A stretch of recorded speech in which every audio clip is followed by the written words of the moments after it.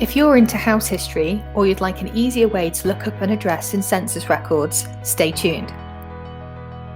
Here at Findmypast, we've released a census address tool.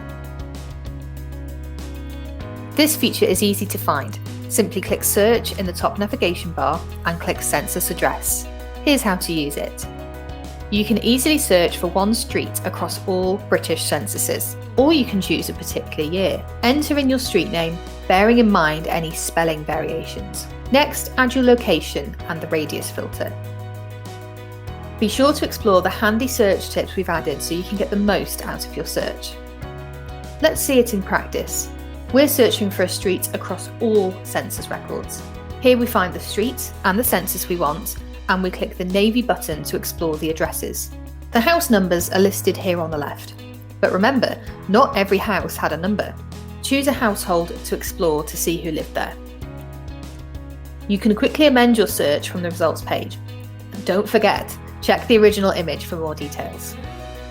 Search the records today. Where will your past take you?